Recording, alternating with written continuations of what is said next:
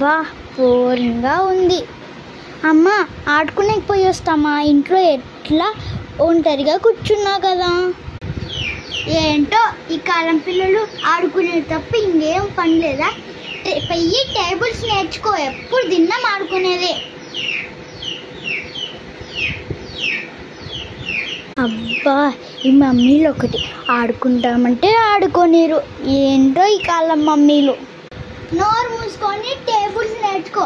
Summer holidays అంటే ఏంటి, నువ్వు 5th క్లాస్కే కదా ప్రమోట్ అవుతాండేది. ఇంత పెద్ద గాడిదైనా కానీ టేబుల్స్ రావు నీ మొహానికి బండవడా.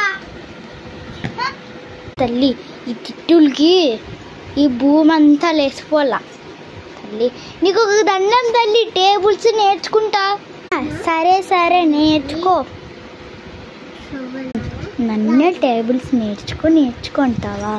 ఇప్పుడు చూడు నేను ఏమేమి నేర్చుకుంటాను. ఇప్పుడు మీ నాన్న వస్తాడంటే నాకు ఫోన్ చేశాడు. నువ్వు ఒకవేళ టేబుల్స్ 1 నుంచి 20 వరకు నేర్చుకోకపోతే తోలు పీకుతాడు మీ నాన్న. అవును కదా, ఐడియా. నానమ్మకి ఫోన్ చేస్తాను, నానమ్మ వస్తుంది, టేబుల్ చదివేది డుమ్మా. అది చూద్దాంలే, ఏదేదో కొనుక్కుంటుంది, అదే చూద్దాం. ఏం చేస్తుందో చూద్దాం లాస్ట్లో. కాదు ఆగు, ఫోన్ చేస్తా. హలో హలో నానమ్మ, అర్జెంటుకి ఇంటికి వచ్చి నానమ్మ. హలో నానమ్మ, అర్జెంటుకి ఇంటికి వచ్చానమ్మ. ఎందుకు పాపయ్య రా అని చెప్తుంది. ఎందుకు పాపయ్య?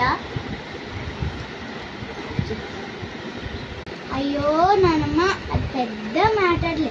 ఫస్ట్ బట్టలు తట్టుకొని 10 రోజులు ఇంటికి వచ్చి నాకు ఎట్లా సమ్మర్ హాలిడేస్ కదా వచ్చేస్తే బాగుంటుందని.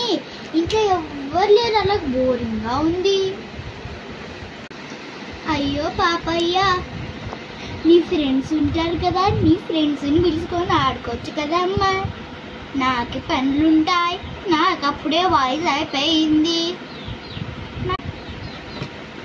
అమ్మా నా బంగారం అడిగితే నేను పోనా? 10 రోజుల బట్టలు పెట్టేసుకుందాం. అమ్మా మా మనవరాలు ఫస్ట్ టైం అడుగుతాండది, ఇంత గుర్తొచ్చినానో ఏమో. నేను ఇంక వెళ్ళిపోతా.